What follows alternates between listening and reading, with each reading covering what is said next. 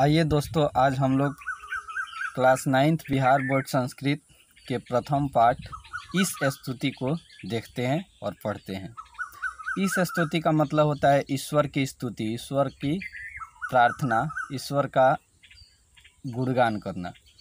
तो देखिए, इसमें प्रार्थना है, ये प्रथम चैप्टर है क्लास 9th का। इसका भूमिका है, सबसे पहले जब आप बुक सामने रखेंगे तो देखेंगे बुक के पाठ शुरू होने के पहले भूमिका दिया जाता है। तो भूमिका में है उपनिषदः भागवत गीता च इति जीवनस्य अभ्युदयाय विकसिता अमूल्या ग्रंथा। उपनिषदः यानी कि उपनिषद, जो हमने यहाँ जो संस्कृत लिखा है एक एक सेंटेंस का आपको हिंदी में कन्वर्ट कर रखा है ताकि आपको आसान रहे। तो उपनिषद और भागवत गीता जीवन के अभ्युदय के लिए विकसित अमूल्य ग्रंथ है। उसके बाद दूसरा सेंटेंस है उपनिषदः अनेकेषां ऋषीणां विचारान् प्रकटयन्ति भागवत गीता तु केवलस्य योगेश्वरस्य कृष्णस्य। कह रहे कि उपनिषद अनेकों ऋषियों के विचारों को प्रकट करते हैं, जबकि भागवत गीता केवल योगेश्वर श्री कृष्ण से संबंधित है। उभयत्रापि, तीसरा सेंटेंस है उभयत्रापि परमात्मना सर्वशक्ति संपन्नता दर्शिता।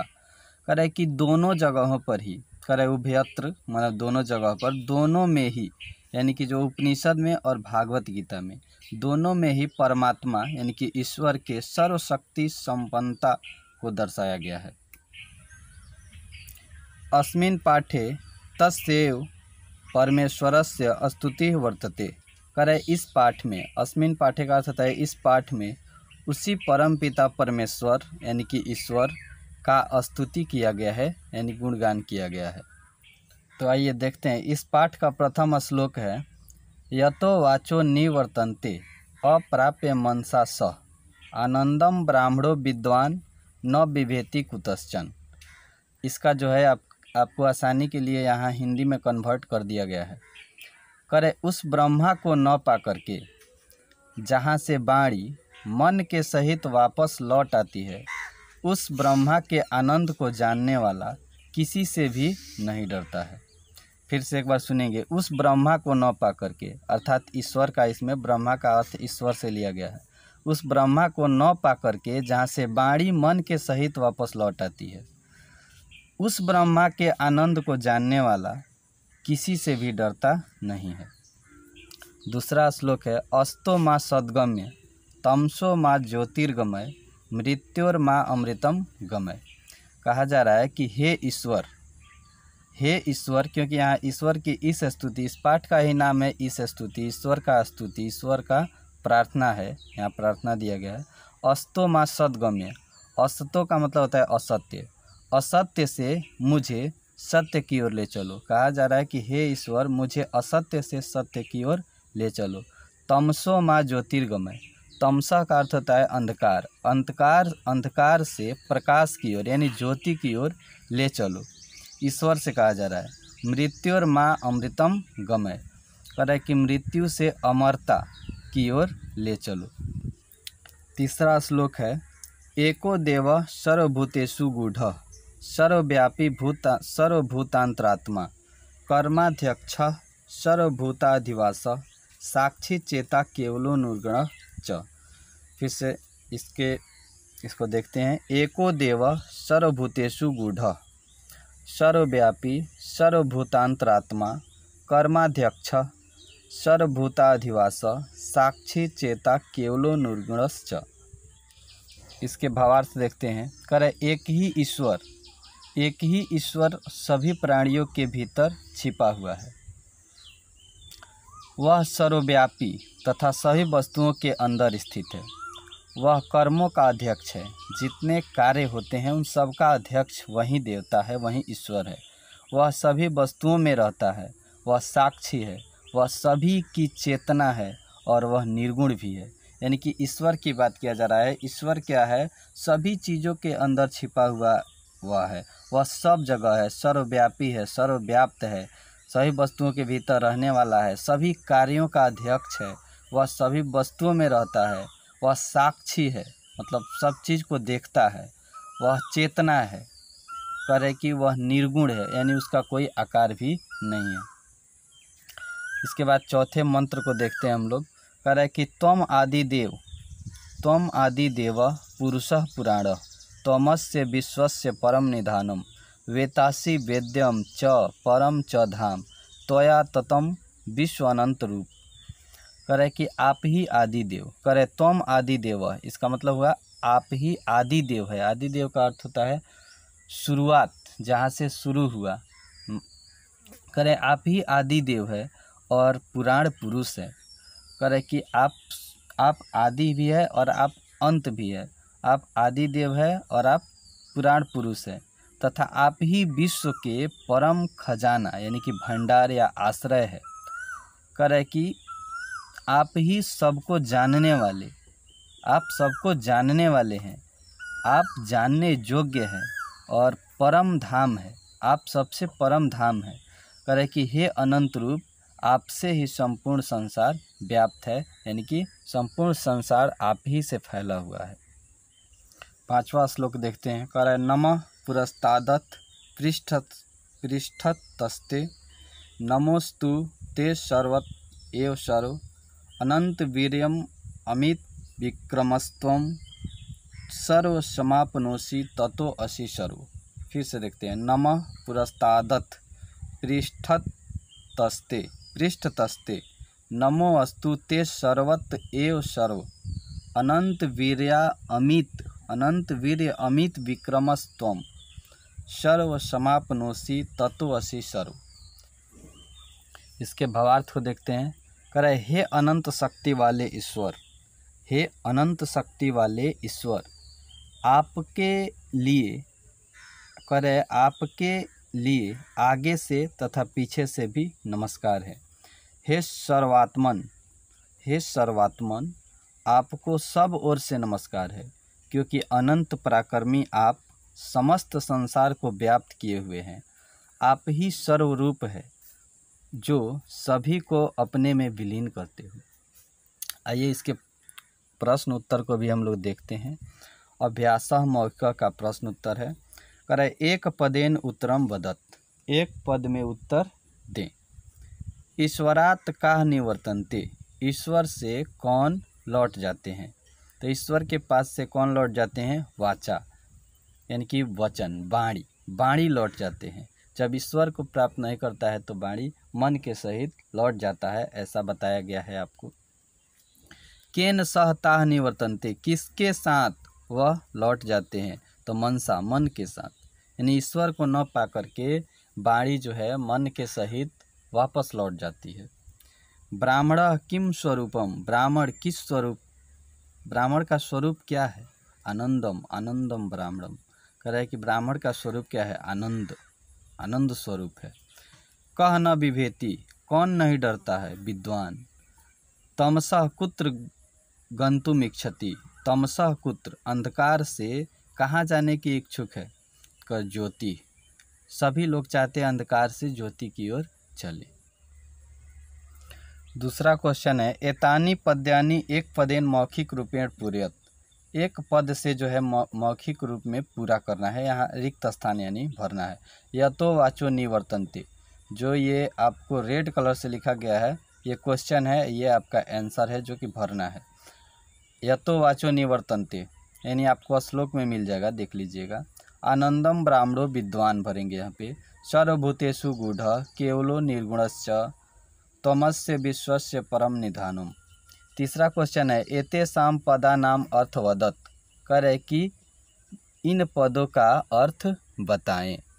तो विद्वान का अर्थ होता है जानने वाला। गूढ़ का अर्थ होता है छिपा हुआ, रहस्यमय। विभेति का मतलब डरता है। कुतश्चन किसी से भी। ततम का मतलब होता है फैलाया गया या व्याप्त। 4 नंबर क्वेश्चन है। स्वस्मृत्या कांचित संस्कृत प्रार्थनाम श्राव्यत, करे कि स्वस्मृति यानी कि अपने मन से, करे कि अपने मन से कोई संस्कृत प्रार्थना सुनाएं। तो आपके लिए संस्कृत प्रार्थना सबसे आसान है।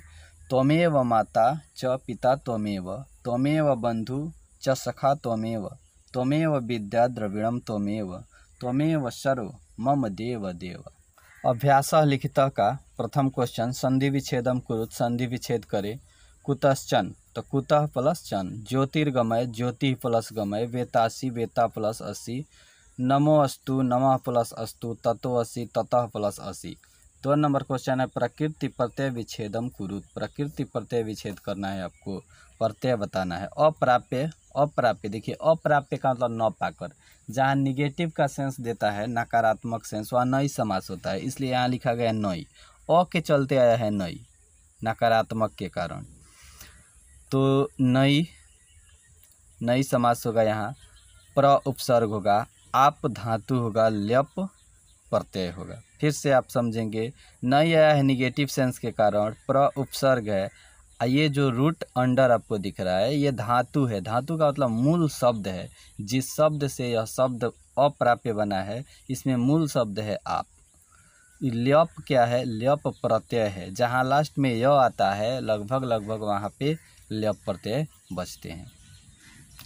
उसके बाद है विद्वान में विद धातु होगा, सत्री प्रत्यय होगा, आन सत्री के लिए आया है। गूढ़ में गुह धातु होगा, कत प्रत्यय होगा। ततम में तन धातु होगा, कत प्रत्यय होगा। वेद्यम में विद धातु होगा, ण्यत प्रत्यय होगा। इस 3 नंबर क्वेश्चन है समास विग्रहम कुरुत, समास विग्रह करे। सर्वभूतेषु सर्वाणि भूतानि तेषु अर्थात कर्मधारय। सर्वाणि भूतानि कह रहे कि सर्वभूतेषु का मतलब होता है सभी प्राणियों में स्थित। किस प्रकार है? तो सभी प्राणियों के अंदर स्थित, यानी कि कर्मधारय। जहाँ विशेषता वाली बात आती है वहाँ पे कर्मधारय समास लगते हैं। कह रहे कि कैसा, किस प्रकार का बात किया जा रहा है। क्वेश्चन करेंगे किस प्रकार के, मतलब ईश्वर किस प्रकार से हैं, कैसे हैं, तो सभी वस्तुओं के अंदर है। तो यानी कि ये सर्वभूतेषु जो है एक प्रकार से विशेषता बता रहा है। कर्माध्यक्ष, कर्मणाम अध्यक्ष, कर्मों का अध्यक्ष। तो यहाँ षष्ठी तत्पुरुष लगेंगे, क्योंकि जहाँ पे विभक्ति के आधार पर टूटेगा और विभक्ति आ जाता है वहाँ पे षष्ठी विभक्ति आया है, तत्पुरुष समास लगते हैं। तो कर्मणाम यानी कर्मों का आता है षष्ठी विभक्ति में, इसलिए षष्ठी तत्पुरुष हो जाएंगे।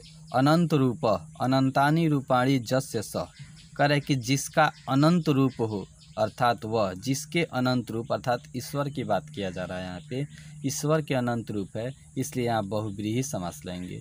जहाँ अपना अर्थ को छोड़ करके कोई विशेष अर्थ का धारण किया जाता है तो वहाँ पे बहुव्रीहि समास लगते हैं। तो अनंत रूप आया है ईश्वर के लिए, किसी दूसरे का, यह शब्द किसी दूसरे का बोध करा रहा है, इसलिए यहाँ बहुव्रीहि समास होगा। घ नंबर है सर्वभूताधिवास, सर्वभूता नाम अधिवास, यानी कि सभी प्राणियों के अंदर स्थित, यानी कि षष्ठी तत्पुरुष। सर्वभूता नाम सभी प्राणियों का, यहाँ षष्ठी विभक्ति लगने के कारण षष्ठी तत्पुरुष होगा। अमित विक्रम, अमितानि विक्रमेण युक्तानि येन, इसलिए हो जाएंगे कर्मधारय। अमित विक्रम मतलब होता है अनंत पराक्रमी। कैसे हैं ईश्वर, कैसे हैं तो अनंत पराक्रमी है, तो इसलिए क्या हो जाएंगे यहाँ पे। फिर कैसे जब हम कर रहे हैं तो क्वेश्चन जवाब मिल रहा है, यानी इसका विशेषता बता रहा है। ईश्वर किस प्रकार के हैं तो अमित विक्रम, यानी कि अनंत बल युक्त है, अनंत पराक्रमी है, इसलिए यहाँ पे हो जाएंगे कर्मधारय समास। रिक्त स्थानानि पूरक, यानी कि रिक्त स्थान को पूरा करे। करे डैश माँ सदगम्य, अस्तो माँ सदगम्य, यहाँ आप श्लोक में देख सकते हैं अस्तो माँ सदगम्य दिया हुआ है, अस्तो भर लेंगे। तमसो माँ ज्योतिर्गमय, ज्योतिर्गमय। करे कि नमः पुरस्तादथ पृष्ठतस्ते, पृष्ठतस्ते। वेतासी वेद्यम च परम च धाम, ये जितना आपको ये ब्लू कलर से लिखा गया है ये आपका आंसर है, ये आपका क्वेश्चन है। 5 नंबर का है अधोलिखिता नाम, अधो निर्दिष्टा नाम पद्यानाम स्ववाक्येषु प्रयोगम कुरुत, नीचे दिए गए पदों का अपने वाक्य में प्रयोग करें। विभेति, विभेति से वाक्य बनाएंगे। सह सर्पात विभेति, वह सांप से डरता है। निवर्तते, निवर्तते का मतलब होता है लौट जाता है।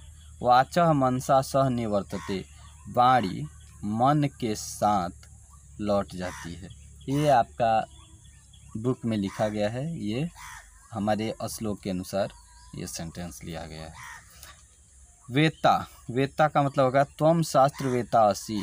वेत्ता का मतलब होता है जानने वाले, तुम शास्त्र को जानने वाले हो। त्वम शास्त्र वेत्ता असि, तुम शास्त्र को जानते हो। कह रहे कि सर्वतः, सर्वतः का मतलब होता है चारों ओर, सब ओर। मम गृहम सर्वतः उद्यानानि सन्ति, मेरे घर के चारों ओर उद्यान है। नमः ईश्वराय नमः, ईश्वर के लिए नमस्कार।